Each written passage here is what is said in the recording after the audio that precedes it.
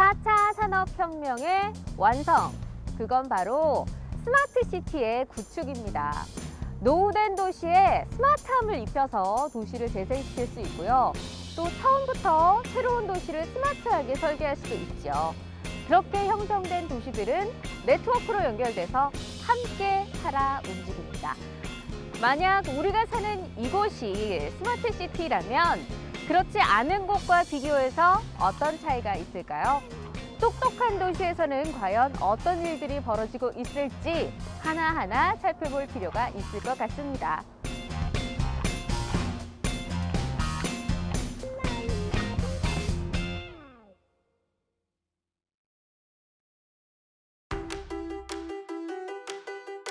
도시란 사회, 경제, 정치적 활동의 중심지로서 인구가 집중되며 형성된 지역을 의미합니다. 4차 산업혁명을 논하기 위해선 도시라는 지역적 요소를 빼놓을 수 없는데요. 네트워크로 연결된 개인의 생활은 점차 편리해지고 보다 스마트해진 산업 분야는 빠른 생산 체계를 구축하며 경제적 효과를 유발합니다. 그리고 생활과 산업이 공존하는 도시는 구성 요소들의 진화 속도에 발맞춰 고품질의 공공 서비스를 제공해야 하는데요. 이를 위해 도시는 첨단 기술이 집약된 스마트 시티로 거듭나야 할 필요가 있는 것이죠. 그렇다면 똑똑해진 도시에선 과연 어떤 변화의 바람이 불고 있을까요?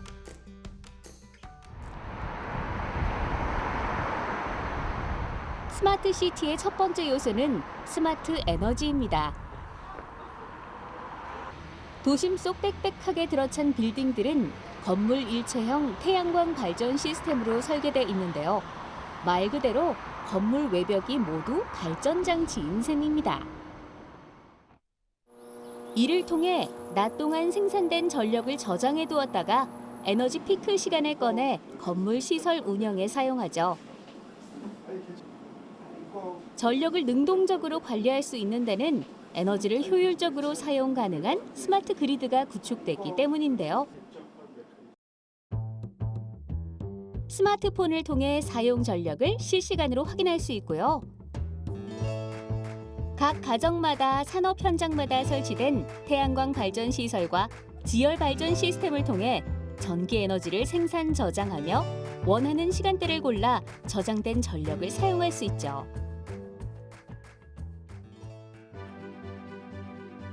스마트 시티의 두 번째 요소는 스마트 보안입니다. 범죄로부터 안전한 도시를 구현하기 위해 통합관제센터의 역할이 점차 커지고 있는데요. 통합관제센터는 스마트 시티의 통합 플랫폼으로 경찰서, 소방서와 연계돼 주민들의 안전을 실시간 모니터링합니다. 이들의 눈이 되어주는 건 도시 곳곳에 설치돼 있는 수많은 CCTV들인데요. 네트워크로 연결된 도시 인프라들을 통합적으로 관리하며 모든 범죄 사건과 재난, 재해에 신속하게 대응하는 통합관제센터는 스마트 시티의 중추적인 역할을 담당하고 있죠.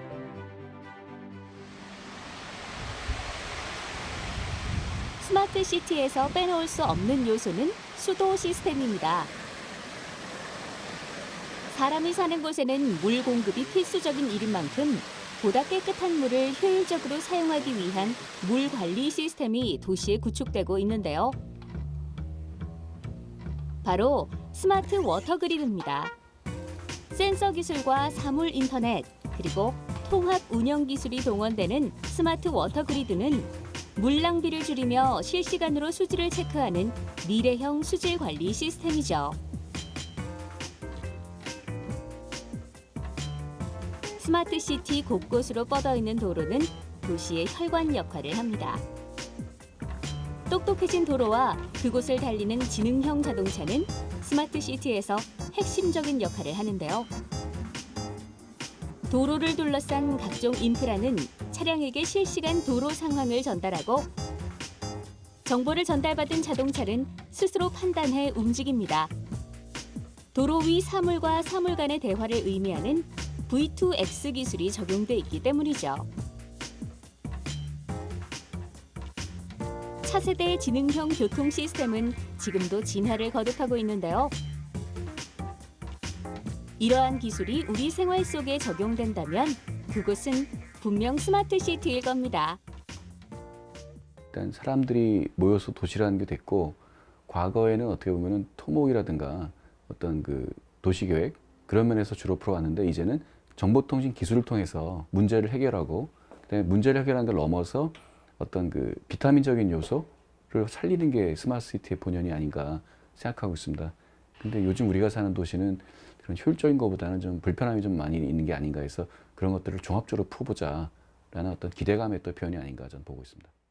모든 물건들이 통신을 하고 모든 물건들이 통신 상황에 따라서 적절히 컨트롤이 될 수 있는 이런 것들이 스마트 홈에서부터 스마트 빌리지, 스마트 시티 또는 이제 스마트 도시 그 국가까지도 확장되는 그런 모형으로 보시면 되겠고, 이 많은 것들에는 스마트 시티를 구현하기 위한 사물 인터넷이 기본적인 인프라로 갖추어져 있어야 된다고 봅니다. 도시의 기본 기능은 주민들의 안전을 책임지는 것일 텐데요. 이 스마트 시티에서는 조금 특별한 방법으로 그 역할을 수행한다고 합니다. 첨단 IT 기술을 이용해서 도시 구성 요소들을 통합 관리하는 유통합관제센터, 그곳으로 한번 가보겠습니다.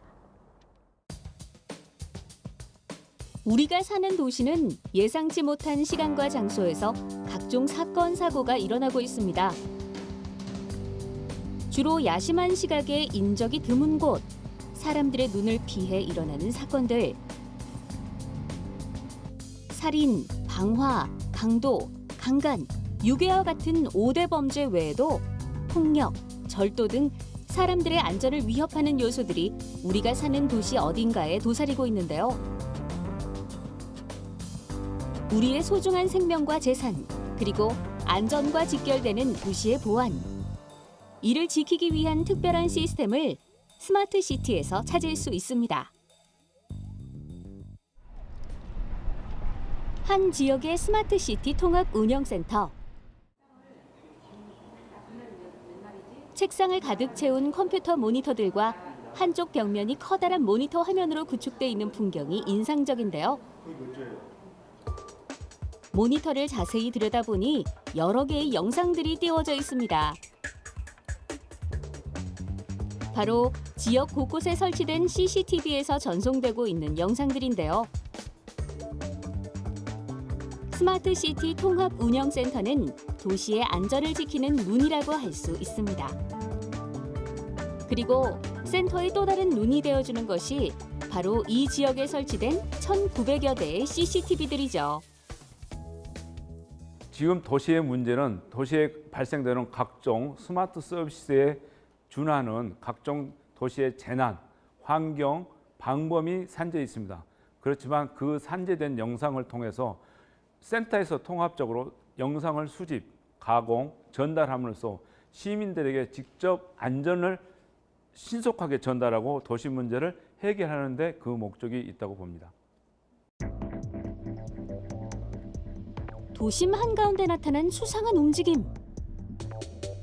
손에 든 통안엔 우리가 상상하는 그 물질이 들어있는 걸까요? 한참을 걸어간 끝에 도착한 곳. 두리번거리던 수상한 자는 통안에 물질을 붓습니다. 방화를 하려는 시도임이 분명한데요. 이 모든 상황을 통합운영센터에선 주시하고 있었습니다.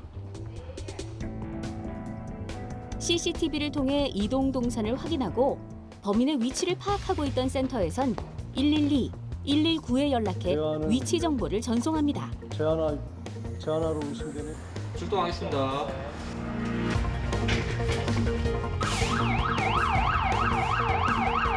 방화 현장으로 신속하게 출동한 경찰관과 소방대원들. 범인이 불을 지르려는 순간 경찰에 의해 제압됩니다.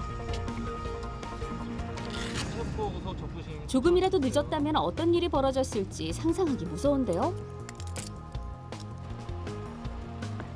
다행히도 화재가 발생하지 않아 상황은 무사히 종료됐습니다. 영상을 통해서 사람의 속성, 즉 남성인지 여성인지, 그리고 정장을 입었는지 반팔을 입었는지, 바지가 청바지인지, 특히 가방을 메었는지까지 속성을 구분할 수가 있습니다. 특히 여기에서 보면은 우리가 알 수 있는 심야 시간에 배회라든가 골목길을 걸어가다가 갑자기 쓰러짐이라든가, 초등학교의 담벼락을 넘지 말아야 되는데 월담을 한다든가, 이런 경우 때는 바로 이벤트가 나올 수 있고요. 또한 사람의 얼굴 속성을 바로 저장하고 차량 번호도 이 시스템에서 바로 저장해서 활용하고 있습니다. 스마트시티 통합운영센터의 객체 인식 기술은 빅데이터와 딥러닝을 활용합니다.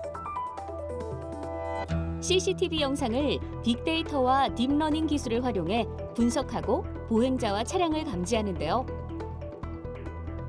이러한 객체 인식 기술은 사건 사고의 피해자와 피의자를 좀 더 신속하게 확인하고 범인 검거와 도주로를 파악하는 데 이용되고 있습니다. 이는 CCTV, 차량 번호 인식 카메라의 통합 운영과 4차 산업혁명의 핵심 기술인 딥러닝이 융합됐기 때문에 가능한 일이죠. 이렇게 실생활에 적용되고 있는 객체 인식 기술은 스마트 시티의 보안을 강화하는 데 한 몫을 단단히 하고 있습니다.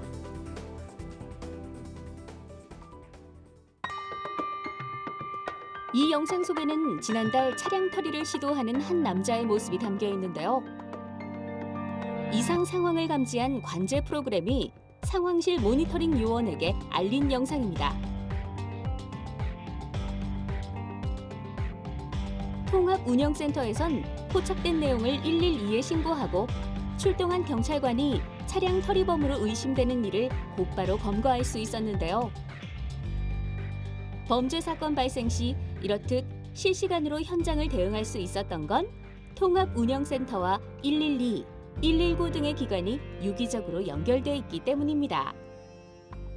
오산시 스마트시티 통합운영센터는 2007년 1월부터 매월 단위로 우리 센터에서 일어나는 각종 유형의 사건 사고를 데이터하고 있습니다.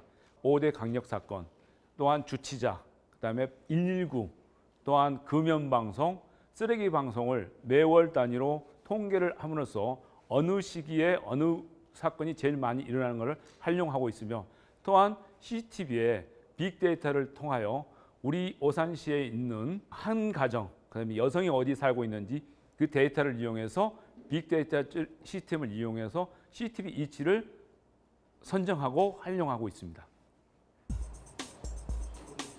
스마트시티의 안전을 책임지는 통합운영센터. 이곳은 사건 사고 모니터링 외에도 재난 상황을 즉각적으로 모니터링하는 재난안전 상황실의 역할도 수행하고 있는데요. 4차 산업혁명의 핵심 기술이 융합된 이 지능형 보안 시스템은 도시를 지키는 스마트한 눈으로서 활용 분야를 넓히고 있습니다. 네트워크로 연결된 똑똑한 도시에선 주민들을 보호하는 특별한 시스템이 구축돼 있다는 사실. 여기에 우리의 관심이 더해진다면 스마트시티의 보안 허브로서 통합운영센터가 더 많은 일들을 해낼 수 있지 않을까요? 이제는 이 사건 사고를 통해서 빅데이터와 딥러닝을 이용한 더욱 세련되고 최첨단된 관제, 즉 스마트 관제를 통해서 도시에 일어났던 문제들을 더 신속하고 정확하게 해결할 수 있는 방향으로 발전될 것이라고 생각을 합니다. 스마트 시티를 구성하는 또 다른 요소. 우리는 물을 빼놓을 수 없습니다. 도시가 아무리 첨단화가 이뤄지더라도 깨끗한 물이 공급되지 않는다면 사람이 살 수 없을 텐데요. 똑똑한 도시에선 물을 관리하는 기술 또한 남다릅니다. 수도 관리 시스템과 네트워크 기술의 만남. 바로 원격 검침 시스템입니다. 인천광역시 영종도로 향하는 길. 이곳에 구축된 수도 원격 검침 시스템을 확인해 보려고 하는데요. 수도 계량기 뚜껑을 열어보니 계량기와 연결된 전선이 눈에 띕니다. 그리고 전선 한쪽은 건물 외벽에 부착된 작은 기기와 연결돼 있는데요. 이 장치가 수도 원격 검침 시스템의 핵심 부품이라고 합니다. 이 수도 원격 검침 시스템이라는 것은 과거에 검침원 분들이 직접 수용가를 방문을 해서 그 수도 양을 체크를 하는 방식에서 벗어나서 이런 원격 검침 기기를 통해서 무선으로 데이터를 상수도 사업본부까지 전달을 해서 그 실시간으로 데이터를 확인할 수 있는 그런 역할을 하고 있습니다. 그래서 단순히 사용량을 체크를 하는 것뿐만 아니라 수도미터의 상태, 뭐 예를 들자면 미사용이라든지 누수라든지 역류 이런 부분들도 동시에 확인을 하실 수 있는 그런 시스템입니다. 각 가정의 물 사용량을 알기 위해선 수도 계량기의 수치를 확인해야 하는데요. 이를 위해 검침원이 직접 해당 가구를 방문해 계량기를 체크하죠. 하지만 원격 검침이 이뤄진다면 사람의 역할이 필요하지 않습니다. 수도 계량기와 연결된 원격 검침기가 데이터를 전송해주기 때문인데요. 여기에서도 사물 인터넷이 등장합니다. 기기 스스로 수도 사용량을 체크하고 데이터를 전송해주는 사물 인터넷을 통해 스마트한 수도 관리가 이뤄질 수 있는 것이죠. 작동 원리는 지금 보시는 것처럼 이 원격 검침 수집기와 수도미터가 유선으로 연결이 되어 있고요. 그래서 얘들이 하루에 24번 통신을 해요. 그래서 이 제품도 하루에 24번 데이터를 원격 중계기로 데이터를 전송을 하는데요. 과거에 비해서 달라진 점이라고 한다면 이제 IoT 통신망을 활용을 해서 저전력 기반의 그래서 조금 더 오래갈 8년 이상의 내구성을 보유하고 있는 검침기를 저희가 사용을 하고 있습니다. 원격 검침기가 제대로 작동하는지 수도 계량기의 수치를 정확히 데이터화하는지 확인하는 작업. 사람의 손길이 필요한 일은 기기의 파손 여부와 데이터 수신이 원활한지 여부를 점검할 때만 소요됩니다. 원격 검침기가 데이터를 제대로 중계기로 전송만 한다면 하루에도 몇 번씩 이뤄지는 수도 검침 작업은 이상이 없을 테니까 말이죠. 검침기로부터 전송된 정보는 중계기를 거쳐 상수도 사업본부까지 실시간 전달되는데요. 네트워크로 연결된 수도 검침은 곧 스마트시티에서 볼 수 있는 자연스러운 풍경이 될 것입니다. 원격 검침기의 활용은 인력 비용을 줄일 수 있을 뿐만 아니라 수도 사용량을 실시간 혹은 일, 월, 년 단위로 확인할 수 있기 때문에 수도 간 파손과 누수 상황을 곧바로 알 수 있다는 장점이 있습니다. 누수로 인한 물 낭비를 줄일 수 있다는 건 원격 검침이 경제적 효과와도 연관이 있다는 것이죠. 네트워크를 통해서 물이 어떻게 어디서 쓰이는지를 정확하게 파악을 할 수가 있죠. 그렇기 때문에 이러한 상수 제일 관 말단에 있는 이러한 제품들, 이러한 데이터들을 통해서 결국에는 생산성이라든지 물을 얼마만큼 생산을 하고 얼마만큼 공급을 해야 되는지에 대한 가장 기초적인 정보를 제공하는데 그 큰 목적이 있다고 말씀드릴 수 있을 것 같습니다. 예. 똑똑한 도시에서 이뤄지는 스마트한 수도 관리란 작게는 가정의 물 사용량을 원격으로 확인하는 일이고 크게는 도시의 물 공급량을 예측해 효율적인 물 순환 시스템을 구축하는 일입니다. 그리고 이와 같은 구조를 스마트 워터그리드라고 하는데요. 스마트 워터그리드는 스마트 시티를 완성하는 요소 중 하나로 세계적인 주목을 받고 있죠. 스마트 시티 내에서의 스마트 워터그리드라고 하는 것은 다시 쉽게 말씀을 드리면 도시 내에서의 그 물에 대한 그 자족을 스스로 물에 대한 그 독립이든지 물에 대한 자족을 얘기한다고 볼 수가 있겠습니다. 예를 들면 하수 제2용수를 도로 청소용수로 쓴다든지 아니면 도로 내에서 도시 내에서의 공원용수를 쓴다든지 또는 이제 그 빗물을 공업용수로 쓴다든지, 그리고 깨끗한 물은 이제 가정용수로 쓰는, 그래서 이제 그 도시 내에서의 모든 가용한 그런 수자원들을 사용 목적에 적합하게 한 톨의 물도 버리지 않고 도시 내에서의 물을 순환시키는 것이 곧 스마트 워터 그리드의 핵심 기술이라고 말씀드릴 수가 있습니다. 스마트 워터 그리드의 중심엔 센서 기술과 사물 인터넷, 그리고 수자원 통합 관리 시스템이 구축돼 있습니다. 쉽게 정리하면 ICT 기술을 이용해 물을 알뜰하게 사용하고 그 수요만큼 물 공급량을 조절해서 수도 공급에 요구되는 에너지 소비를 줄이고자 하는 것이죠.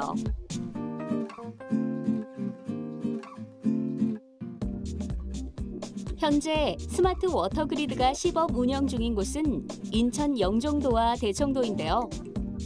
대청도의 경우 섬 지역의 상습적인 가뭄 문제에 대처하기 위해 다중소원 시스템을 구축했습니다.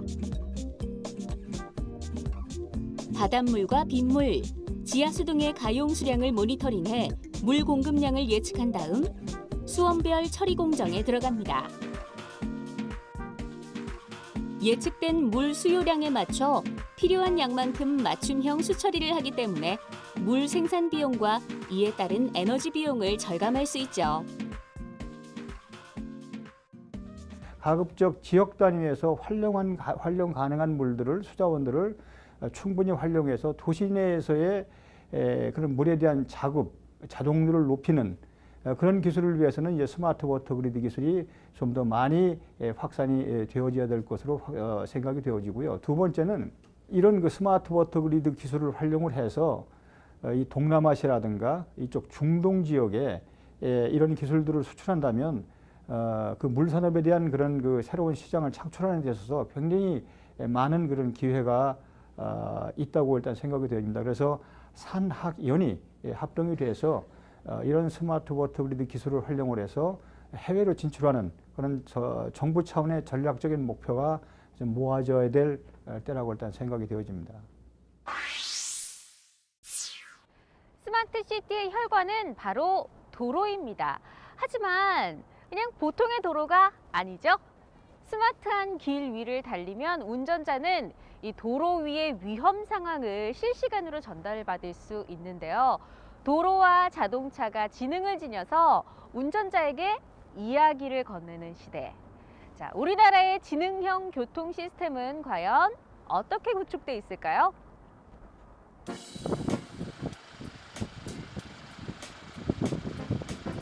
경기도 화성에 자리한 자율주행차 실험단지.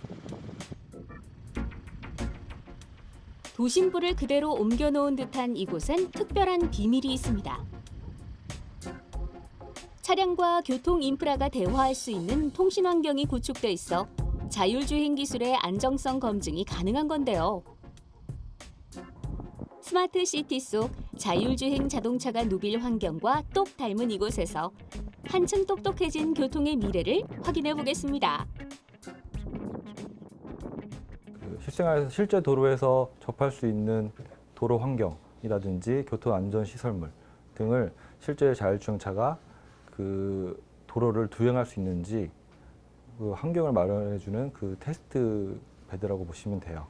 그래서 자율주행차가 와서 저희 그 실제 도로의 환경에 따라서 어떻게 주행을 하는지, 그다음에 안전성이라든지 주행 성능을 저희 평가할 때 그런 환경을 마련하기 위해서 KT에서 이런 환경을 제공하고 있습니다.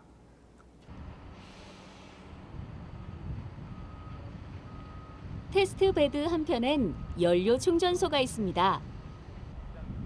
시범 운행을 위해 충전에 한창인 자율주행 버스가 시선을 끄는데요. 주목해야 할 것은 화석 연료가 아닌 전기를 사용해 움직이는 차량이라는 겁니다. 이산화탄소 배출 걱정이 없는 전기 자동차는 자율주행과 만나 차세대 교통의 한 축을 담당할 텐데요. 스마트 시티에서 시민에 발휘되어줄 똑똑하고도 환경 친화적인 자동차. 과연 도로 위에선 어떤 모습을 보여줄까요?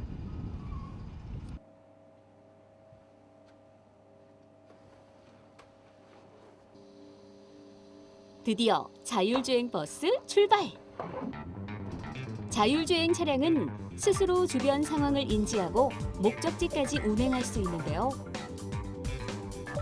운전자가 핸들, 엑셀 등을 조작하지 않아도 스스로 움직이는 자동차. 차량 인근에 있는 장애물을 인식하고 교통 신호에 맞춰 움직이거나 멈춰 서는 건 차량에 있는 각종 센서 덕분입니다. 사물로부터 전달받은 데이터를 바탕으로 자율주행 차량의 운행을 돕는 것이죠. 주변에 주행 환경을 인식할 수 있는 센서들이 탑재되어 있습니다. 보시다시피 전방에는 라이다나 레이더 센서와 같이 전방의 물체들의 거리를 그리고 전방의 물체의 속도를 인지해낼 수 있는 센서가 탑재되어 있고요. 그다음에 그런 정보들을 추출해내서 컴퓨터가 가야 할지, 안전거리를 유지해야 될지, 아니면 뭐 정지해야 될지, 피해서 갈지를 판단하게 됩니다. 사람의 시야에 들어오지 않은 그 넓은 범위에서의 그런 움직임과 정보들까지, 그 다음에 교차로에서 사각지대까지 이런 식으로 통신을 통해 전달받고 그런 장애물들의 움직임이나 그런 정보들을 통해서 저희가 더욱 안전하게 판단할 수 있는 그런 통합적인 솔루션이 좀 핵심 기술이라고 보여집니다. 자율주행 차량에서 가장 중요한 센서는 차의 가장 앞쪽에 있는 라이다 센서입니다. 라이다 센서란 레이저를 사용해 차량 주변에 있는 물체의 모형, 거리 등을 감지하는 장치인데요. 360도로 뱅글뱅글 돌며 빛을 사방으로 쏘아 다시 돌아오는 정보를 자동차 시스템에 전달해 줍니다. 자율주행 자동차의 눈이라고 할 수 있죠. 라이다 센서 이외에 신호등, 차량, 보행자 등 주변 환경을 분별하는 카메라, 차량의 경로와 위치를 판단하는 GPS, 통신 단말기 센서 등 다양한 센서들이 자동차의 자율주행을 돕습니다. 덕분에 차량이 주변의 모든 것과 대화할 수 있는 V2X, 즉 차량과 사물 간 통신이 가능하죠. 그 V2X는 그 차량과 인프라나 그 보행자 등과 같이 그 유기적인 소통을 통해서 하는 그 무선 통신 방식이라고 보시면 될 것 같습니다. 그 V2X를 이제 V2V와 V2V나 V2I로 이제 나눌 수가 있는데, V2V 같은 경우에는 이제 그 차량이 주행 중에 발생할 수 있는 긴급 상황이나 그 사각지대 경보 등과 같은 그러니까 사고를 미연에 방지하는 이제 기술이고요. V2I 같은 경우에는 차량과 인프라를 통해서 그러니까 신호 정보라든지 아니면 교통 사고 정보들을 그 제공함으로써 안전한 차량의 운행을 이제 지원하는 기술로 보시면 될 것 같습니다. 실험을 통해 자율주행 차량 간의 대화가 어떻게 이루어지는지 확인해 보겠습니다. 도로 위를 나란히 달리는 두 대의 자동차. 차량이 서로 대화하는 V2V를 통해 서로의 위치, 속도 등의 정보를 주고받으며 안전하게 운행할 수 있는데요. 이때 점점 속력을 내는 버스. 잠시 후 흰색 차량이 차선을 바꿔 들어오는데요. 이를 인지한 검은색 버스는 서서히 속도를 줄이며 앞차와 안전거리를 유지합니다. 차량 간의 대화를 통해 앞차와의 사고를 방지하고 더 나아가 연쇄 추돌 사고를 막을 수 있죠. 차량 전방에 설치되어 있는 센서들로부터 그 앞차와의 거리 정보하고 내 차와의 속도 차이, 즉 상대 속도가 이렇게 취득을 할 수 있습니다. 그래서 그 두 가지의 정보를 바탕으로 내가 얼마만큼 떨어져 있는지에 대해서 계산을 실시간으로 하면서 얼마나 안전거리를 유지할지를 그 판단 알고리즘을 통해서 판단하게 됩니다. 그 판단 알고리즘은 내 차량이 현재 상태로부터 가속을 할지 감속을 할지 그런 것들을 거리와 상대 속도를 통해서 추정을 해내고 그걸로 제어를 하는 겁니다. 현재는 자율주행 차량이 자차, 그러니까 자기 차량의 센서로부터 취득한 정보를 바탕으로 이렇게 판단을 하게 되는데요. 앞으로는 모든 차들이 5G를 통해서 연결이 되고 망을 통해서 정보를 제공받게 된다면 내 차에 센서가 이상하더라도 통신을 통해서 제공받는 센서의 정보들로 더 안전하게 주행을 할 수 있고요. 자율주행을 위해선 차량이 도로 주변의 교통 인프라들과도 대화를 해야 합니다. 이를 V2I라고 합니다. V2I란 차량과 도로 체계가 정보를 주고받으며 교통의 원활한 흐름에 도움을 주는 기술인데요. 자율주행을 위해서는 도로 인프라에도 통신 기술이 적용되어야 한다는 뜻이죠.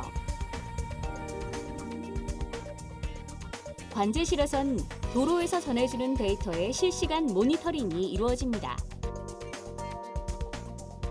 자율주행은 곧 시민의 생명과 직결되는 만큼 이곳에서 이루어지는 테스트는 스마트 시티를 이룰 그 어떤 핵심 요소들보다 중요한 역할을 하게 될 텐데요. 테스트베드에서는 자율주행 중 수집한 수많은 데이터를 분석해 실험 도시에서 개선해야 할 점을 찾아 보완하고 있습니다. 자율주행 자동차가 실제 스마트 시티를 누비기 위해선 안전성 보장은 필수입니다. 때문에 자율주행차 실험 도시에서 축적한 양질의 데이터는 실제 도로에 적용할 수 있는 귀중한 자료가 되어줄 텐데요. 이러한 노력이 모여 우리가 살아갈 스마트 시티에선 더 안전하고 편리한 교통 시스템을 누릴 수 있지 않을까요? 새로운 도시에서는 자가용이 필요 없는 도시가 될 수도 있거든요. 내가 필요할 때 차를 부르면 차가 집 앞으로 와서 그 차가 내가 원하는 곳까지 데려다주고 진짜 무수히 많은 변화가 있을 수가 있는 거죠.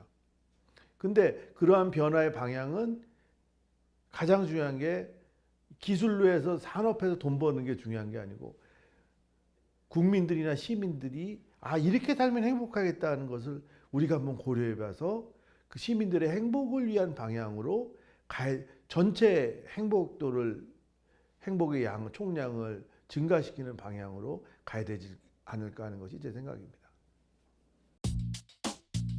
4차 산업혁명의 집약체, 스마트 시티. 미래형 도시로 주목받고 있는 이 도시는 사람과 다양한 산업이 공존하는 첨단 산업 도시로서의 가능성 또한 열려 있습니다. 공장 내의 모든 기기가 IoT를 기반으로 대화하며 데이터를 수집 분석하는 공장. 스마트 팩토리가 그중 하나입니다. 제품의 설계 개발에서부터 제조 유통까지 디지털 자동화 솔루션이 결합돼 제품의 생산성, 품질, 그리고 고객 만족도를 높일 수 있는 지능형 생산 공장이죠.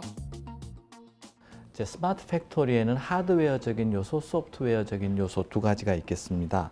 세 번째로는 이제 인력이 필요하겠고요. 가장 중요한 것 중에 하나가 결국은 공장에 센서를 설치해서 많은 고품질의 데이터를 모을 수 있는 인프라 장치가 있어야 됩니다. 그러니까 센서 없는 스마트 팩토리는 있을 수 없고요. 그것을 관리할 수 있는 인력이 필요합니다. 이런 것들이 결합돼야만 스마트 팩토리로서의 가능성이 있는데요.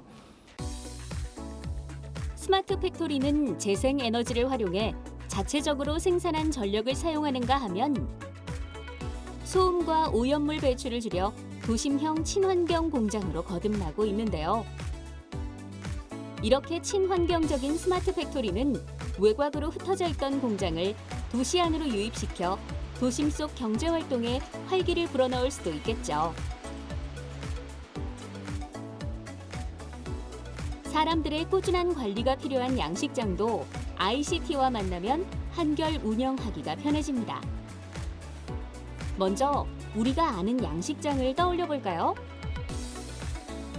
일반 양식장에선 환경에 민감한 물고기를 키우기 위해 인원을 상시 배치해 놓고 수조를 직접 관리합니다.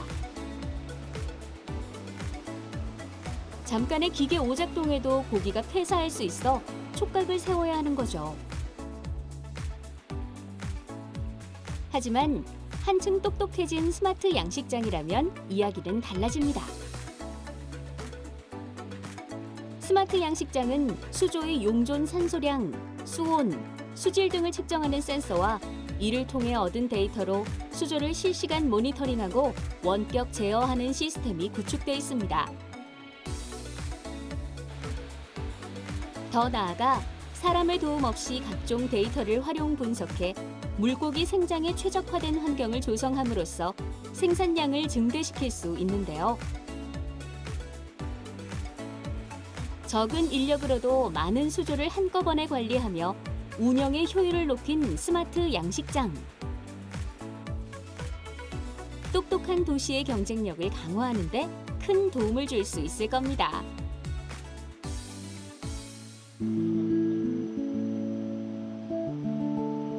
천장에 닿을 듯 각층에 빼곡히 자리한 식물들. 이렇게 아파트와 같은 형태를 띤 농장 구조를 수직 농장이라 합니다. 수직 농장이란 수경 재배가 가능한 농작물이나 작은 식물을 재배하는 도시형 농장인데요. 식량난과 농경지 부족 문제를 해결하기 위해 제안된 개념입니다. 햇빛 대신 LED 조명을, 각종 배양액으로 식물 생장에 필요한 영양분을 공급하는가 하면 온도, 습도 등 농사에 영향을 주는 모든 조건을 인위적으로 통제할 수 있습니다. 이는 입지 조건, 날씨 제약 없이 필요한 먹거리를 도시 내에서 자급자족할 수 있음을 뜻하는데요. 농업과 공업, 양식업 등 스마트 시티에서 다양한 산업이 필요한 이유. 경제는 곧 도시를 지속 가능케 하는 힘이자 스마트 시티를 구성하는 핵심 요소이기 때문이죠.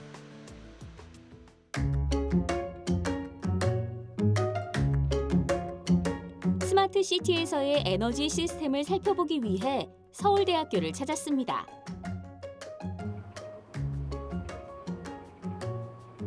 옥상에 자리한 태양광 패널들. 일상 속에서 태양광 발전 시스템을 많이 접했기 때문일까요? 하늘에서 내리쬐는 햇빛을 받아 전력을 생산하는 모습이 그리 낯설지만은 않은데요. 학교처럼 하나의 구역을 이루는 곳에서는 전기를 직접 생산해 사용하고 남는 전기를 저장한다는 사실 알고 계셨나요? 다시 말해 이곳에 똑똑한 에너지 시스템, 독립형 소규모 전력망이 형성돼 있다는 의미입니다. 예, 저희 서울대 캠퍼스 마이크로 그리드에서는 전체 200kW의 태양광 설비가 있습니다. 그중에 이곳에 설치되어 있는 태양광은 40kW가 되겠습니다. 맑은 날씨의 경우에는 평균 한 3월 달의 경우 250kWh가 생산이 되고 있습니다. 흐린 날의 경우에는 한 50kWh 이하로 생산이 되고 있고 겨울보다는 봄, 가을과 여름에 전력이 많이 생산되고 있습니다. 각각의 건물에 설치된 태양광 발전을 통해 한 달간 생산하는 전기만 해도 약 18,000kWh. 4인 가족을 기준으로 봤을 때 50가구가 한 달가량 사용할 수 있는 전력 양이라고 하는데요. 마이크로그리드가 구축되어 있는 이곳에선 생산한 전력을 더 효율적으로 사용하고 있습니다. 마이크로그리드란 소규모 지역에서 전력을 자급자족할 수 있는 시스템을 말합니다. 태양광, 풍력 등 신재생 에너지원과 에너지 저장 장치가 융복합된 차세대의 전력 체계이죠. 이곳 서울대학교에서도 태양광을 활용해 생산한 전기를 스마트하게 사용하고 있는데요. 핵심적인 역할을 하는 것은 단연 센서입니다. 학교에서는 조명을 시작으로 컴퓨터, 냉난방 시설 등 무수히 많은 곳에서 전기를 사용합니다. 그중 아깝게 낭비되는 에너지 양도 엄청난데요. IoT를 기반으로 전기 사용을 모니터링해 에너지 절약을 실천할 수 있습니다. 에너지의 전반적인 관리는 이곳 관제실에서 이루어집니다. 오늘 하루 생산한 전기는 어느 정도이며 얼마만큼의 전기를 사용했는지 등 에너지의 생산과 소비 현황을 실시간으로 모니터링하는데요. 더불어 교내에 부착된 센서 데이터를 활용해 전기가 낭비되지 않도록 직접 제어하기도 합니다. 대낮처럼 환한 강의실. 학생들이 공부하는데 쾌적한 환경을 제공하기 위함이죠. 이곳엔 어김없이 센서가 설치돼 있는데요. 공부를 하던 학생이 자리를 뜨면 센서의 진가가 발휘됩니다. 이 센서는 실내 환경 측정 센서인데요. 관제실에서 빈 강의실에 불을 끄거나 냉난방 시설을 제어할 수 있도록 실내 환경 데이터를 전달합니다. 강의실 내의 이산화탄소를 감지해 상황에 맞게 대처하며 에너지 절약을 가능케 하는 거죠. 학교의 마이크로 그리드를 구축한 그 효과로는 아마 크게 세 가지로 우리가 답을 할 수가 있는데요. 첫 번째는 학교가 모든 건물이 정전되더라도 마이크로 그리드를 구축한 그 건물은 4시간 동안 서로 독립운전을 정전 없이 운전을 할 수 있고요. 두 번째는 저희가 PV나 즉 태양광 혹은 ESS 등을 활용하여 건물에서 사용하는 에너지를 20%를 절약할 수 있고, 마지막으로 세 번째는 각종 IoT 센서와 빅데이터를 활용하여 사용자들의 행동을 변화시켜서 건물의 에너지를 10% 절감할 수 있는 것이 큰 효과라고 할 수 있습니다. 마이크로 그리드를 효율적으로 운영하기 위한 또 하나의 핵심 요소는 ESS입니다. ESS란 에너지 저장 시스템을 뜻하는데요. 전기 에너지를 적게 사용할 때 저장하고 필요할 때 공급해서 전력 공급 안정화에 도움을 주는 시스템. ESS는 분산형 전원을 활용하는 마이크로 그리드에서 빼놓을 수 없는 장치입니다. 실제로 서울대학교에서는 마이크로 그리드 구축 후 2018년도엔 전년 대비 약 26%의 에너지 비용을 절감했다고 합니다. 마이크로 그리드가 불러올 도시의 변화, 기대해봐도 좋을 것 같죠? 마이크로 그리드는 환경 문제에서 대두되는 이산화탄소를 절감할 수 있는 신재생에너지인 태양광, 풍력, 연료전지 등을 이용하여 에너지를 절감할 수 있는 절감할 수 있고 정전에 대비해서 안정적인 전력을 공급할 수 있는 것이 최대 장점이라고 할 수 있습니다. 스마트 시티는 첨단 정보 통신 기술을 이용하여 도시에서 발생할 수 있는 교통 문제, 또 주거 환경 문제, 또한 시설 관리 문제, 또 에너지 문제 등을 해결할 수 있는 똑똑한 도시라고 생각할 수 있습니다. 이곳에서 마이크로 그리드는 에너지 문제를 해결할 수 있는 좋은 기술이라고 생각을 하고 있습니다. 도시의 ICT 기술을 접목해 각종 문제를 해결하고 삶의 질을 높여주는 미래형 도시. 스마트 시티를 완성하는 다양한 요소들은 점점 발전해 나가며 다가올 미래를 대비하고 있는데요. 무엇보다 센서를 통해 정보를 주고받는 만큼 데이터의 보안이 중요합니다. 개인정보 유출, 사생활 침해 등 각종 범죄를 예방하기 위한 법제 마련이 뒷받침되어야겠죠. 표준화도 중요합니다. 모든 것이 이어진 초연결 사회에서 서로 사용하는 언어가 다르다면 대화가 불가능하겠죠? 사물이 소통하며 상호작용할 수 있도록 표준을 만들어준다면 더 많은 요소들이 연결돼 더욱 똑똑한 도시로 거듭날 수 있을 텐데요.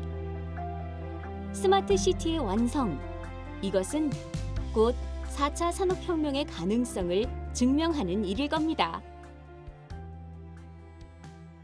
스마트 시티의 표준화는 각각의 도시들이 개별 사업을 다 표준화하자는 얘기가 아닙니다. 정부 정책에서도 그 스마트 시티 그 기기들 간의 표준 기기들 간의 상호 운영성에 대한 관심도 많고 그것에 대한 노력도 지금 시작하는 단계에서 어느 일정 수준은 고려되고 있습니다. 4차 산업도 그렇지만 본질적으로 이 정보통신 기술을 이용해서 수많은 뭐랄까 사람들 혹은 사물들이 능동적으로 참여한다는 속성이 있다고 그러고 저렇게 중요하다고 믿어요. 스마트 시티에 산다는 건 4차 산업혁명의 혜택을 누리며 산다는 의미입니다. 초연결 사회 속에서 장소와 시간의 제약을 뛰어넘어 경제적 가치를 창출하고 언제 어디서든 생활의 편리와 안전이 약속된 도시. 그곳이 우리가 살게 될 스마트 시티입니다.